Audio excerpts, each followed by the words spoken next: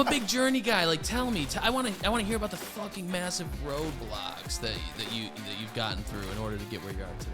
Because if you would have asked me 7 years ago what I'd be doing in my future in the next 10 years, I promise you it wasn't roofing. When I started at Sun, I didn't know necessarily what to do, but I knew a lot of what I didn't want to do.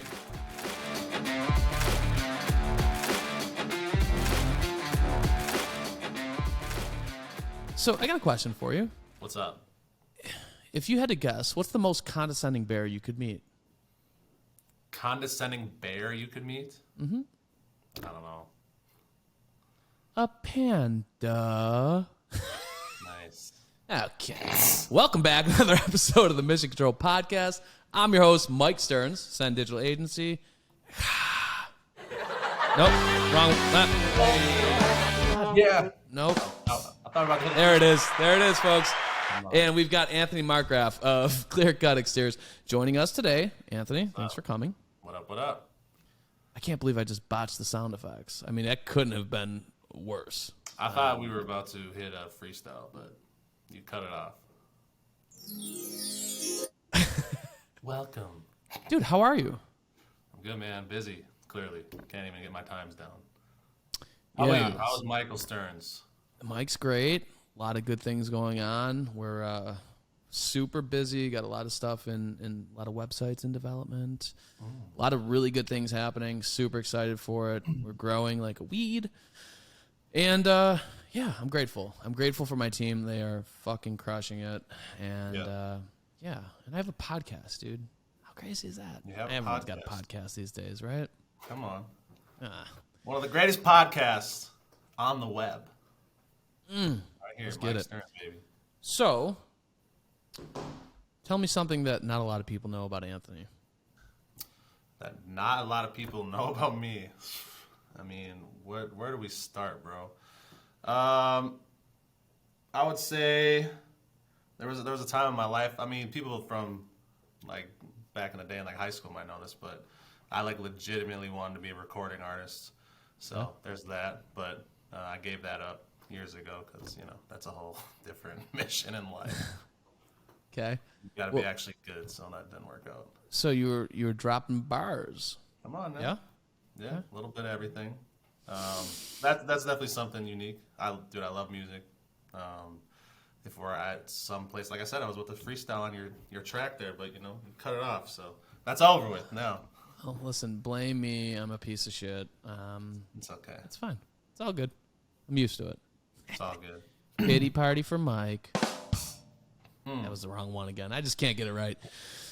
Okay, so wanted to be a recording artist. At what point in time, what made you decide to pivot away from that career? I mean, I was pretty young. It was just a dream of mine. I mean, I kind of toured in high school with singing and all that kind of stuff. But I ended up just, I'll be honest, I was going to try to go to music school, but it just didn't work out. So I just said, you know what, I'm going to figure something else out here. But that was kind of. Did you ever play basketball? Yeah, definitely. Mm-hmm. Yeah, so we were at RoofCon, and Anthony made the trek out to see us in Orlando, and I mean, I've never felt so small, and I've played basketball once or twice in my life, and Anthony comes over to the booth. It's the first time like we met in person. I'm like, "What's up, bruh?" I love basketball, dude. Actually, I didn't really play in high school. I did. I was on the team, but I didn't get a chance to actually play. And it's kind of funny, whenever I actually play with people outside, like LA Fitness or wherever, everyone always asks me, like, where'd you play college basketball? I didn't, okay? Yeah. Nobody would give me a shot. I got in a little too much trouble, but that's beside the point. Similar story. Although I didn't even make the team. I moved from the city out to like a very like rural community, and I kept some of my city boy tendencies, and those weren't very welcomed by this particular gym coach. His name was Archie O'Brien. Archie O'Brien. Yep, he was also the JV basketball coach, and I tried out, and he cut me. I gave it my all. We're running wind sprints. I'm top 3. I mean, I'm knocking down every jump shot. I mean, it was incredible. I mean, I couldn't have had a better showing in the 3 days, and didn't make the cut. And I was like, you know what? I hate this place. Yeah, I always made the team, but they just, I don't know. Well, I'm sorry. For that, I'm sorry. But when we get up to Minnesota, we, meaning myself, my wife, what we're going to do is we're going to have a basketball game. And it's going to be me and you against Tim Brown and Dmitry Lipinski. Consider yourselves warned. Bro. When we pull up, it's ball game. What are they going to do? It's over. It's already Listen, over. Dmitry said he plays ball. I've played ball with Tim before, so I know he plays ball. So I'm just saying. I'm sorry that if you guys are watching this, no, you're not going to be able to stop me. Listen, my entry pass game is crazy. Get it to my guy down low in the paint. I don't go down low. That's the problem. You're one of those. He's the big guy that refuses to play like a big guy. Bro, I'm 6'4", you're 6'3". I'm not the big guy. I'm an NBA size point guard. Listen, when you're standing next to somebody who's 5'3", you're the big guy. All right. If both of us can shoot and only one of us can rebound, where's your value? I'm just saying. All right, I'll put a body on Tim and try to get the boards. You heard it here first, folks. Tim, I'm coming for you. Dmitry, is what it is. Let's get it. Okay, and then we'll reenact the Chappelle Show in Lake Minnetonka and blouses. Yeah, it'll be a lot of fun. It'll be perfectly appropriate. Yes. So, all the fun stuff aside, that was great. Talk about your pivot into roofing, dude. Random. Because if you would have asked me 7 years ago what I'd be doing in my future in the next 10 years, I promise you it wasn't roofing. I literally didn't even like going into Home Depot or Menards. I didn't want anything to do with building, nothing. Random, I was actually in network marketing, doing a 1099 little sales thing. And I was also working part-time at AT&T. And a guy came in our store at 8:55 at night, which was very unlike me because I don't really care about AT&T. It was just there to like have a little supplemental income. Sure. So normally I'd be trying to get up out of there. He came at 8:55. I remember it because he was looking for Verizon, and I was, for whatever reason, dude, I just asked him. We already cleaned the store. I was like trying to leave. I must not have had anything really going on that night. And I was like, "What are you looking for?" Long story short, ended up being like one of my best sales at AT&T, and he actually owned a roofing company. So he came in and sold, and he just kind of pitched me the idea that I should come door knock for him for $1,000 cash a week, which was a little more than I was making there. Cash sounded cool.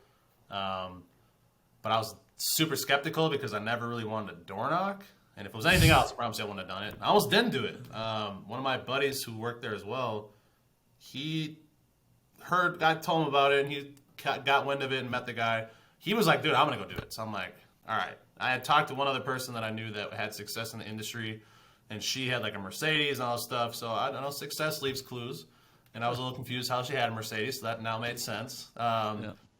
And she told me about a company that I went to after that. So I went with that guy. Ended up not working out because he kind of ran it out of his house, and it just wasn't the greatest experience.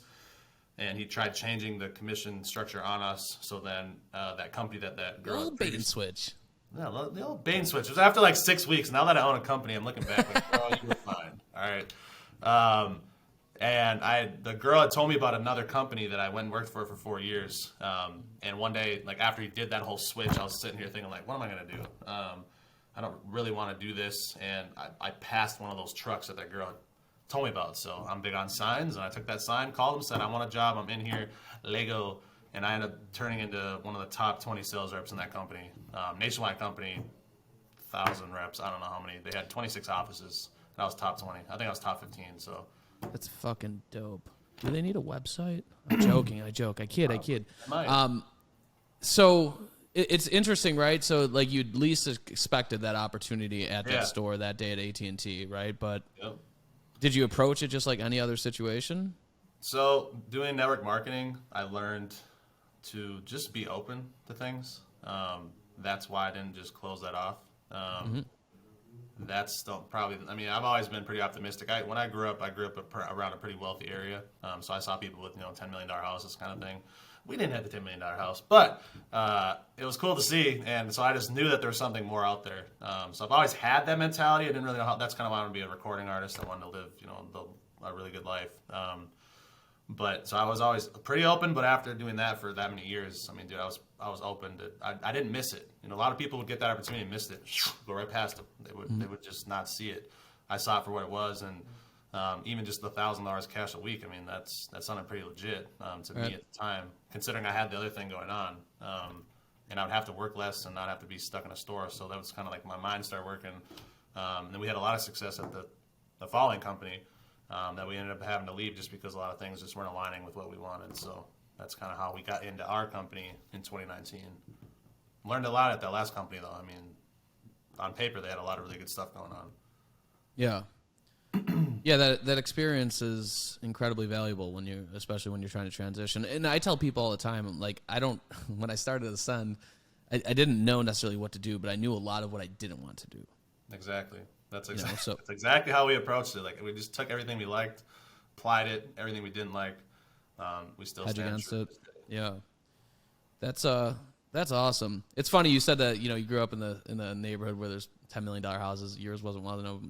My dad, so in 5th grade I grew up in the city, and then my dad moved out to the rural area that we were talking about with the basketball coach, and I mean, it was just vastly different. And for somebody who grew up in the city, but he was always like, do you want to be the poor kid in a nice house in a nice community, or you want to be the rich kid in the city? I'm like, I'll take the rich kid in the city for $500, please. Every fight.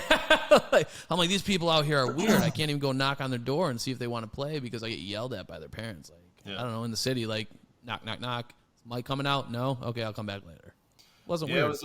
I think I've always been just a little different. I mean, everything I do is like, I kind of was thinking about it last night. Like, I don't do anything traditionally at all. My wedding wasn't traditional. I didn't go to college. That's not traditional. I start a business. That's not really traditional. And where I grew up, like, we didn't have anything. It was fine. We were middle class. And my whole block, same thing. They literally built a neighborhood I'm talking about like 10 feet away on the other side of the street was $900,000 houses. So different life right there. So like I said, I've always kind of just been open to the idea of what else is out there in the world, and then just kind of sitting there working a job. I've worked like 30, 40 jobs in my life. This is my longest stint right here. Look at you, huh? At one you got over your commitment issues. You got married, so got a real job that you're committing to. Oh, baby. Well, I was going to say, it sounds like, so you went to school, you wanted to be a singer, you're going to go to singing school or music school. You didn't do that, but you decided, okay, you got AT&T, you did some network marketing, you land yourself in a nice business now. So not much adversity, right?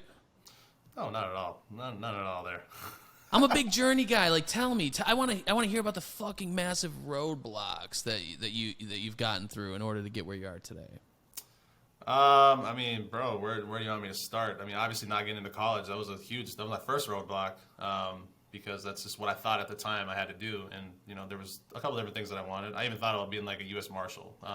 So actually before all that, kind of in between the whole music thing, I joined the Air Force. I was literally leaving for boot camp on Monday, which I think is a really weird date, is around my daughter's birthday. So it was Monday. I was supposed to be leaving for boot camp. It was Friday. I was playing ball at the park in my neighborhood, and just one last time with my guys before I went to boot camp. And my friends always get I don't know why, they get in my fucking head, but my buddy, I just kept missing, and I was getting so mad because this dude was just egging me on, and then everyone kept scoring on me too. So they're all just giving me shit, and I went up for a rebound, bro, as high as I could. So probably got a little too high, lost my footing, and snapped my ankle in half, and I could not go to the Air Force. So for me, I don't know too many people whose lives have changed 180, because that was a 6-year contract. That was going to be my life, and I don't know, what I would exactly be doing right now. Sure. If that didn't happen. 6 straight years of doing that, and it all ended with messing up my ankle. And my ankle healed. I tried getting back into the Air Force, obviously a couple months later, and then they had access to my medical records and saw, I don't know if you've ever gone through that process. They kind of tell you to just say you don't have problems. Deal with it once you get there. Even if you have medical issues, you just have to sign waivers and all this stuff. And at that time, in 2010, 11, it was a little harder to get into the military because they weren't accepting everybody. So you didn't tell them about all your problems. And they found out that in high school I had prescribed ADHD pills and depression pills. Never took them, but they don't care. They saw that, and then they disqualified me for 2 years. Now I'm like, all right, I got to figure something else out. Clearly that's a sign that I'm not supposed to go to the Air Force, right? So that was a huge adverse thing that I had to deal with at a pretty young age. That's kind of where I started exploring college. I went to college for 2 months, and honestly, the only reason I stayed for the whole 2 months was because I was in choir and I wanted to finish the concert. So after that, man. I was out. Yeah, I was out after that. And so I started thinking, like, what do I do? That's where I got into network marketing. I was actually working out at the gym. I'd gone through like kind of a rough breakup.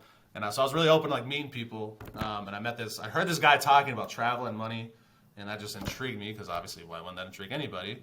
And I ended up meeting him like a couple weeks later through a friend. And he was making $1 million a year residually off this network marketing company and didn't work a job.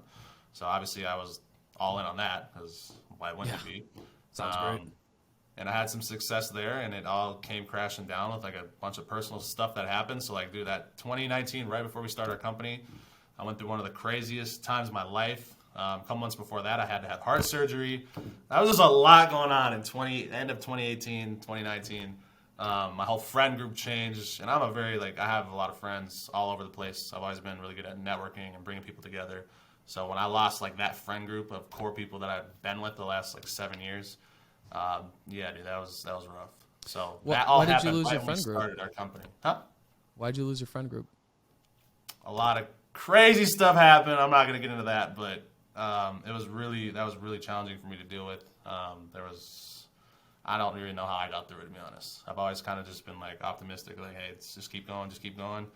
I ended up doing that, fortunately, and that all happened right when we started our company, and then COVID happened. So it's like we've been going through it. For whatever reason, my wife tells me all the time, she's like, you always believe. How do you always believe? Especially with like sports. Like, you just believe these people are going to win. I don't know. It's just in my blood.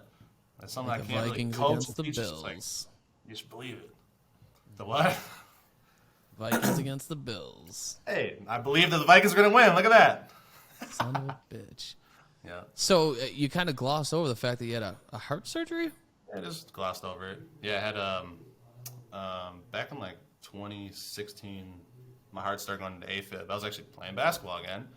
I'd had it like a couple times where I was like, okay, that was weird. My heart would just kind of go to 150 beats per minute for no reason. So that was a little goofy. And then I was playing basketball. My buddy had a court at his apartment, so we could play all night. We were playing at like 2 in the morning, and we would run, bro. It was so fun. One night it activated, and when I was driving home, it didn't stop. I almost passed out. I've never passed out in my life before, so I was like, all right, this is a problem. I got to go get this checked out. Turns out I had AFib and SVT, I think it's called. Long story short, I had to get an ablation. There's 2 types. One where you can kind of like just be sedated. There's another one where they have to like actually put you under. So it was an 8-hour surgery.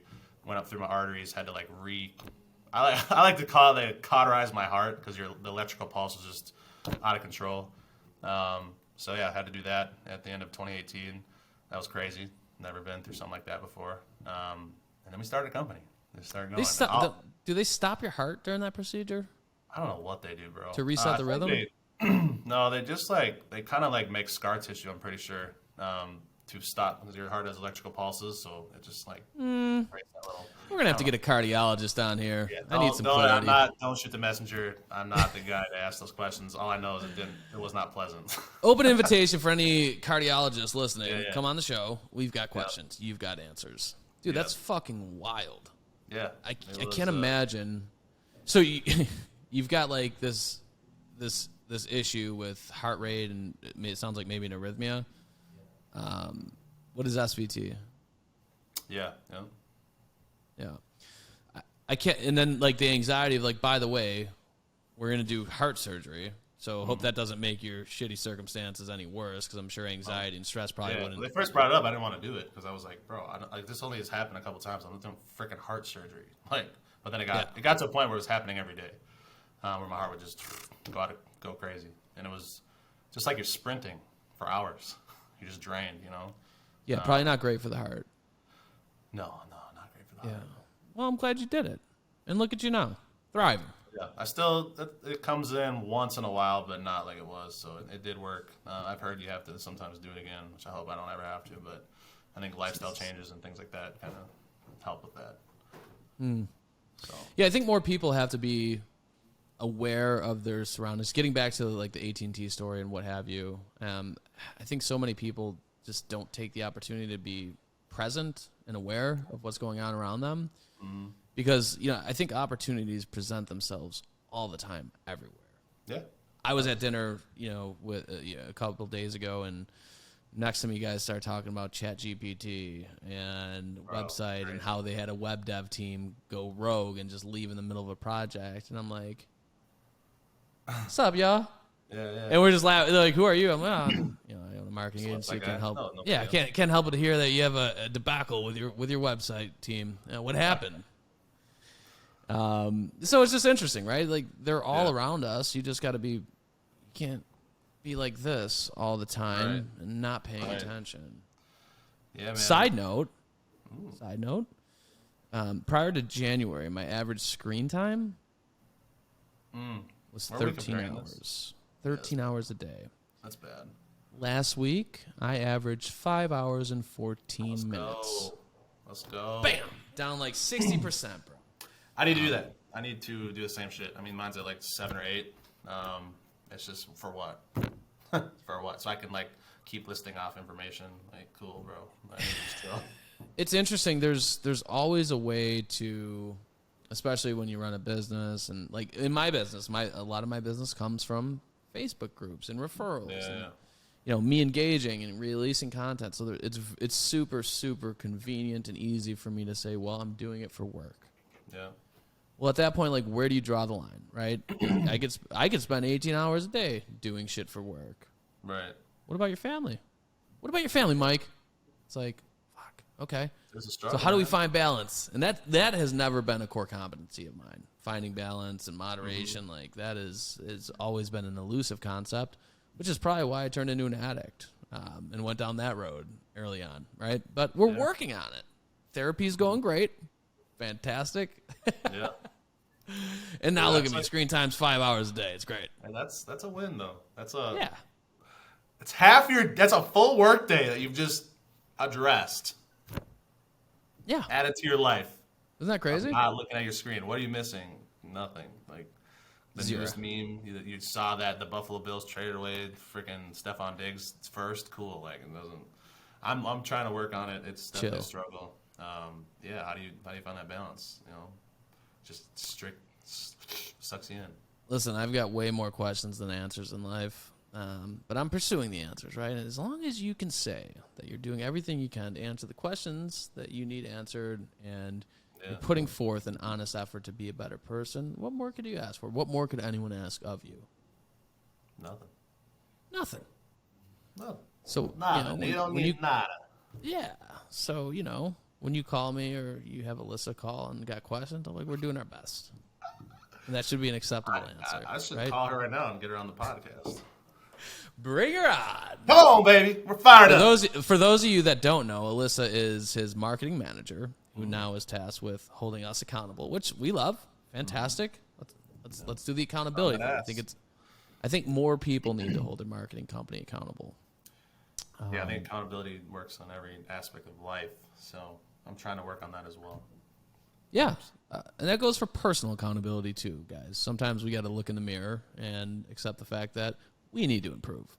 On a completely unrelated note, so that wasn't a dig at you. I feel like the way that was positioned sounded like I was. There goes the heart again. I like how we got on the tangent of, hey, do you have any adversity? Oh, watch this. Yeah, I got it. It's there. I've been through a lot, man. It's been crazy.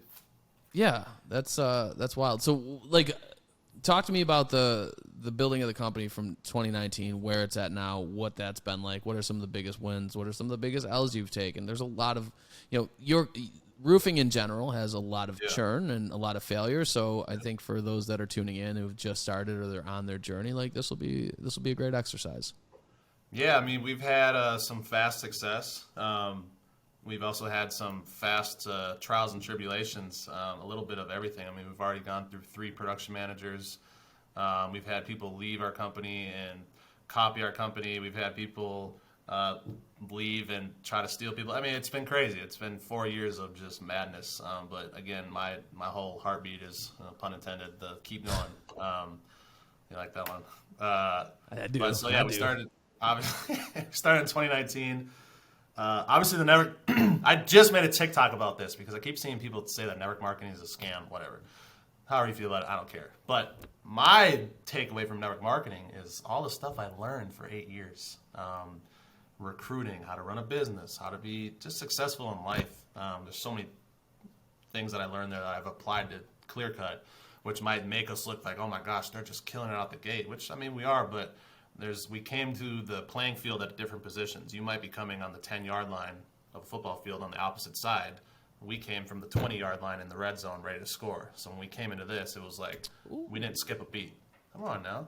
That's Pun not my intended. original quote. That's something I heard a long time ago. But That one was an intended pun too, right? Yeah, exactly. Let's skip a beat. Okay. So 2019, I left some commissions on the table at my last company. Just said, screw it, I'm out, let's go. Started it. And then COVID hit the next year. We hired a couple people. I made one of my close friends quit his job, and he's now one of our top reps, so it was cool to see him. His name's Melvin Efisoa. So Melvin, what up, though? Made him quit. And, well, are you still there? Yeah, I'm here. Okay, cool. Our internet just like went out, and I was like, shit. Anyway, so our first year, we hired like 5 or 6 people. We finally hired our first production person, and quickly found out right away that was not going to work. Here's the first red flag of somebody that you hire. He answered the phone at our business. Someone called. We get calls directed to our phone, so we see that someone called. I came in the office, like, hey man, who called? He's like, I don't know, someone who needs something. I'm like, what do you need? He didn't have any information about this person. And I was like, brother, don't ever answer the phone ever again. Red flag number 1 is you don't know how to answer the phone. So we moved. It was a little 500 square foot office, $500 a month. Dude, we started with nothing. I know a lot of people think you have to have $50,000, $60,000, $100,000 to start this thing, which maybe you do in your situation. We started from the gutter. I think we started with like $2,000 total, and we started selling. Me and my business partner just started going at it. Got some salespeople to join. We applied some things that we learned in the travel club, and it was network marketing, and also the last company we're with. So we started bringing people on trips, and we brought. This is like, so we're starting to grow. COVID happened. We had some pretty awesome growth that year. Somehow we went from 1.2 million to 3.6 million or something like that. And then we were at an event, and somebody like started their own company while we were there. Out from under us. Like, nice. You could have just not gone on this trip that we just paid for. So that happened. We just kept pushing, man. We got a new office. We finally upgraded because obviously we outgrew the little 500 square foot one. We were there for a year and a half, and we had some more people leave. People leave. It is what it is. I don't worry about it. It's not my job to worry about that. And we had some people. We brought like 15 people to Mexico last year. When we got back, 2 of them said that they're leaving to go start. One started his own company and took people with him. Another one just went to another company. So just dealing with that of like, damn, we just brought you on this trip and you're going to do this? All right, cool. But you got to just keep pushing. You can't let that stuff get to you because people aren't going to be people. It is what it is. And then one of those people like basically copied our company. So that was what it was too. It was weird, but keep it pushing. Obviously, apparently, what's that little quote about flattery when someone copies you? Imitation's the best form of flattery. Yeah, so I guess we can look at it like that. And then, had success again. We got featured in the Inc. 5000's, one of the fastest growing companies in the Midwest. We're number 30 on that list, so that was pretty awesome. Nice. I'm really hard at like gratitude and like, wow, this is really like, I'm always just kind of like, let's keep going. One of those people. Looking at that is pretty cool to be able to accomplish that. Because it's not just 30 fastest roofing companies. That's 30 fastest companies out of 12 states. That's dope. Yeah, so I was looking at the list. We're about to submit for the Inc. 5000's like nationwide one. And we should be top 1,000 fastest growing companies in the nation. So whether it's that or 2,000, we're going to be on the list. And going from someone who barely made it out of high school, didn't go to college, couldn't get in the Air Force, all these things that happened, to have now what we have here. I'm not trying to toot my own horn, but I'm pushing, man. I don't have nothing else to lose. Like, let's go. Let's fucking go. So for those that don't know, what is network marketing and what is the most network impactful marketing thing is it a taught you? pyramid scheme. No, a lot of people will call it a pyramid scheme. It's just direct sales. You can buy into a company and sell their products. So basically those companies don't promote advertising, like Amway. however you feel about Amway, they own the Amway Center that own the Orlando Magic. So is it a scam? Maybe, but they also host the Orlando Magic every night. I don't know. It's one of those deals. So it's just direct sales. You're a 1099 rep, and I did that for like 8 years. So you get paid a direct commission basically for what you put into it. I put a lot of effort into it, so I got paid a lot of money to do it. Mine was specifically a travel company, so I probably went on 100 trips in 8 years. So we like to travel a lot. And again, we applied that to Clear Cut. We take a mid-year trip, we take an end-of-the-year trip, and then we do some stuff in between with like different events where I see you at RoofCon, or there's one with the Roofing Academy that we just went to that was really good in Breckenridge, Colorado. So there's a couple of really good events out there that I'm big on personal development. So like I like to get people around other like-minded people, get people in the industry. It's really good to network. You never know who you're going to meet. That's one thing I've been really good at is networking. Because, I mean, just even this communication here has led to us having one of the dopest websites in the roofing game, baby. Come on. My man, you sure know how to make a boy blush. Let me hide behind the microphone. What's one piece of advice that you would give someone who's starting a roofing company today? Starting a roofing company today. Besides call Ascend. Well, that would be number one.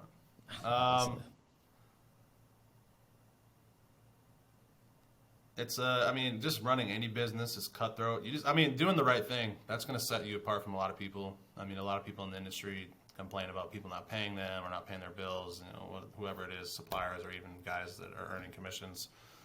Just do the right thing. So, for example, those people that left all got paid. A lot of companies won't do that.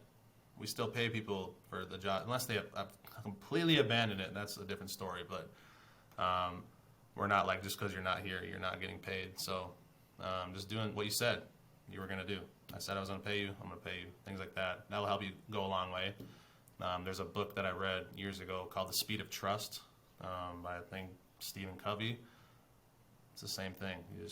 If you have trust in business, you're going to move really fast. If you don't, you're going to move really slow. And there's a lot of money for everyone to make, so there's room. So just being honest and doing the right thing, and just knowing you can't quit. If you literally don't quit, you know that you literally can't fail, because eventually you're going to figure it out, right? Yeah, I think that's a really good piece of advice as far as doing the right thing, and I think more people need to do the right thing, honestly. And yeah, it's like running a company that doesn't do the right thing, or working for a company that doesn't do the right thing, it creates like this dissonance inside of somebody who considers themselves a good person, that anxiety of like being a part of it, which is soul crushing, and it will eat you alive. And again, it's like you're swimming against the current and trying to be successful and fulfilled, right? We want to swim with the current, not travels against fast. And I mean, I know people right now that I'm like, yeah, I wouldn't never recommend anyone work there, because I know what they do, who they are.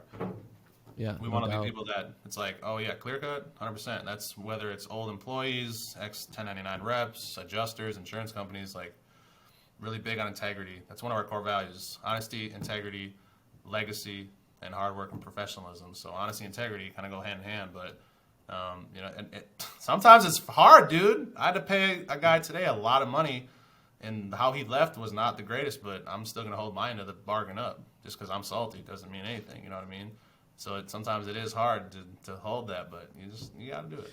Yeah, it's the micro versus the macro, right? In the moment, the micro, it's like, this sucks, whatever. But it's like, at the end of the day, like being able to wake up tomorrow and know that you're doing the right thing, to be able to look back a year from now and like, I'm doing the right thing. It's like it's easy, and it feels good sometimes to be petty. Yeah. But well, my sales manager says I have a bitter barn. I'm like, yeah, that baby's a 5-story. Got a hot tub and a pool, baby. Come on, you want to come over? Airbnb that thing. Yeah. But, so, yeah. Let me ask you this: when did you decide to? Because I've been in places where you earn commission, and it's like, okay, I get my end of the month closes, I get commission on the 15th. And like, you get stuck in that fucking perpetual cycle of, I don't want to leave because I got another 3,000 coming on the 15th, and I need that for this, and this. What was the straw that broke the camel's back, or what was the thing that made you decide, okay, now is the time, and fuck the commission, I'm going? That when I started the company. So it was a mixture of a lot of things that happened over a couple of years. The final couple, there's a couple straws that broke the back. One was actually, so I got offered to run the office in Minnesota at that company. It was one of the most profitable, if it was the most profitable office in the company. And then they ended up kind of splitting it between me and someone else. And they brought in somebody else to run it. So that was like the final stamp. But during that time too, they had called me that previous summer and said, hey, we have an office in Kansas City. We want you to go run it. We'll pay you X amount of dollars, which was a good salary, but it was a draw. So basically it was just a draw system, which as long as you're working, you'll earn it back, whatever. Sure. So I wasn't worried about earning it back, but for the draw, they wanted me at 30 roofs a week. That's it? So I know, right? That's it. It's just 180,000 a week. Okay, cool. No big deal. Yeah. So that was when I first. I'm loyal, dude. I actually would not have left that company had they not done X, Y, and Z to like basically just push us out.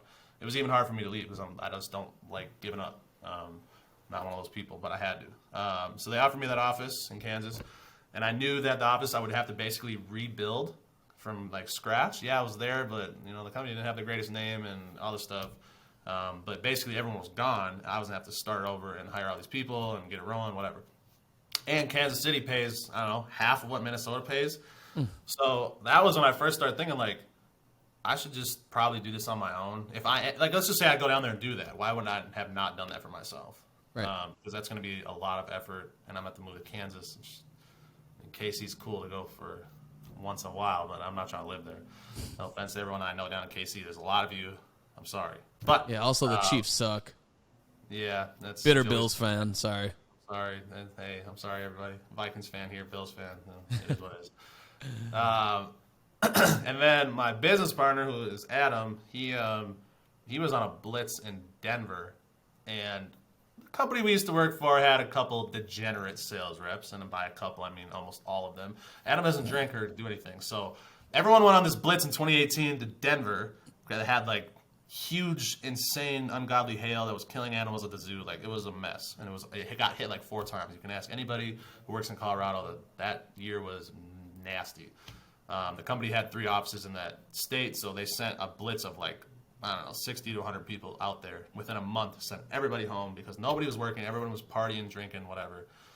Adam was the only person that stayed because he had an uncle that lived there, and he was like, dude, I already have like 10 sales. I'm just going to stay here as long as you guys will let me. I'll run out of this office, whatever. So they let him do that. Then they changed our pay structure in the middle of that happening after Adam had turned in like 5 or 7 jobs, whatever it was, which at that company was like a huge feat, which it is any company. We recognize a 5 sale week. So not a time to change someone's commission. And we were the last 2 to hear about it. So at that point, he like legit was like, dude, we got to look at this. And we started. That was that was the start of all that. It's very interesting that you would do that in a commissioned environment, right? I had something similar. I did collections, and based on how much money you collect, you get your hourly, whatever, and then you get a percentage of the commission. And right, it's fronting you the commissions on it. Well, I had come into a company and like their best month, as far as dollars collected by a rep, was like $30,000, and he's like, "I want you to come in and I want you to crush it." I'm like, "Well, crush it, I shall." And like the 4th month there, I did $137,000, which was like an $11,000 bonus check, which was fucking insane for me. I'd never made that type of money. And was so insane for them that they decided like, okay, we're going to change the comp plan. And I'm like, that doesn't make sense to me because if, the money that I'm making is commensurate to the money that you're making, it's not like it's tiered and you're making disproportionately less money because I hit a certain threshold. There's not a crazy accelerator where I get a higher percentage. It's the same percentage. It's just of a bigger number. So why are you why would you do that? It doesn't make sense. Yeah. Spoiler alert, I left. Yeah, we we kind of were already into the idea that we were leaving. Just at some point you have to make a decision in life that doesn't matter. Money's not everything. Once you start making money, you realize that it's not. You can make money doing so many different things. Like, it ain't shit. Money ain't shit. You still have problems. Shit. More money, more problems. I'll tell you what. I like money, and I think that it can be a variable in the equation that can help make you happy. Yeah, 100%. But coming from somebody who's had some money and has had absolutely no money, I got I got money, relatively speaking, when I was younger. It was for being 19 years old, and I don't know. I wasn't happy. I ended up being an addict. So you can be happy with it. You can be happy without it.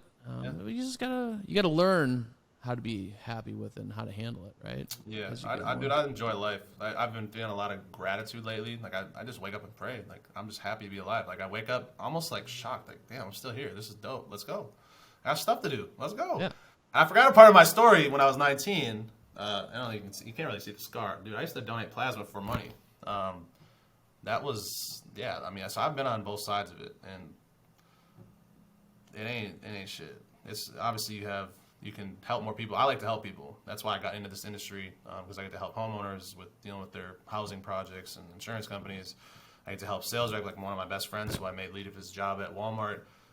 He actually had a really good position with AT&T, and they kind of screwed him out of that position. So he kind of went like the cell phone sales in Walmart. And I was like, bro, time to go. Let's get up out of here. And this dude literally, I'll just give you his last 4 months. I brought him to Jamaica on our ABC trip because he was the top rep, and my wife wasn't able to go.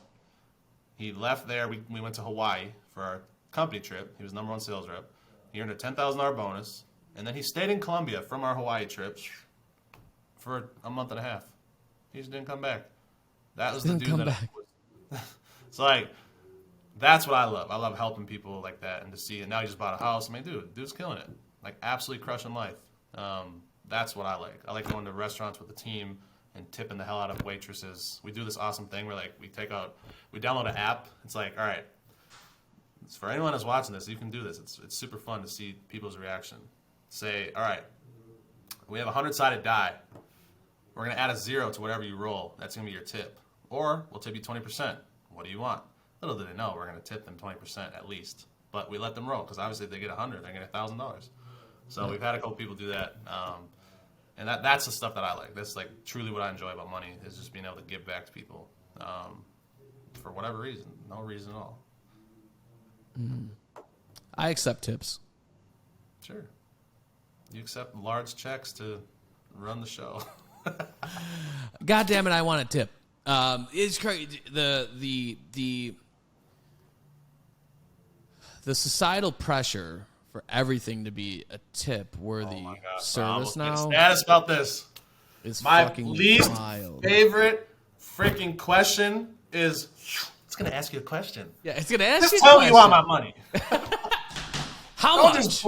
Just don't put that in my face acting like you don't know what the fuck's about to happen. You know what's happening right now. You're about to ask me for a tip, and all you did is give me a damn cookie. I'm sorry, but... Yeah, and...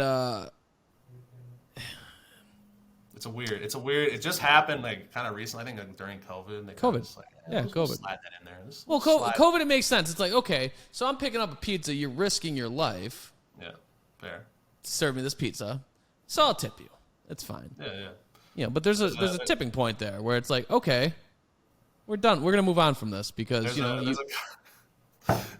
there's a coffee shop in Minnesota that I don't always go to, but they changed. Like, you used to give them your card, whatever. Now they have this like pole with the thing on it, and they shove it out to your car, and you have to then do it. And it's like it's gonna ask you a question every time I'm there. I'm just like, you mother, get that shit out of my face. I'm never coming back here.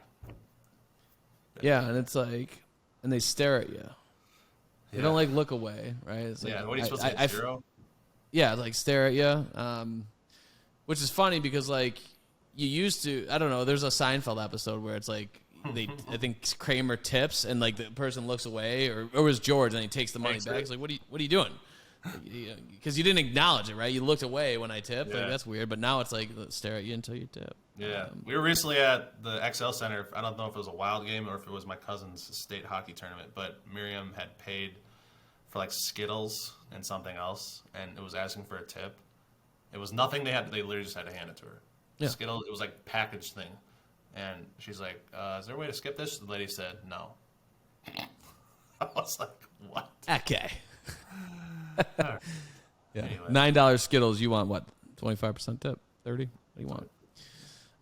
Yeah, I'm happy to not tip somebody, unless you make the But it's like I love tipping, but it's excessive. I mean, dude, it's everything. Anything you're buying. At this point, I'm expecting to go into Best Buy and buy a computer, and now they want to well, tip. check this out. We've got a restaurant here, and they've done, and it's incredibly inconvenient, but I get like staffing issues and things like that. It's fucking all automated on an iPad. I don't even get to sit there and tell somebody what I want.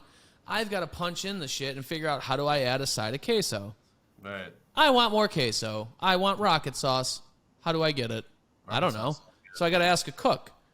And then when I get through this entire, debacle, it takes me 17 minutes to order my goddamn taco bowl. Now I've got to tip somebody. They're like, how much do you want to tip? I'm like, what tip? Tip for Who am I tipping? You might as well give me a check. I just had to work for 30 minutes. Yeah, I'm on you owe me staff, $7. Yeah, it's wild. So, yeah. Okay, that's good. So this was a good talk. I enjoyed this. It's not done. We have 11 minutes, but it's fine if you want to cut it off. We don't have 11 minutes because I have to prep for a meeting. We would have had an hour and 45 minutes, but it got cut to 45 because of the Central Eastern time zone discrepancy, we'll call it. I gave you Which leads me to my closing point, folks. Devil's in the details, all right? Should I read the details of how we got to this point? Please do.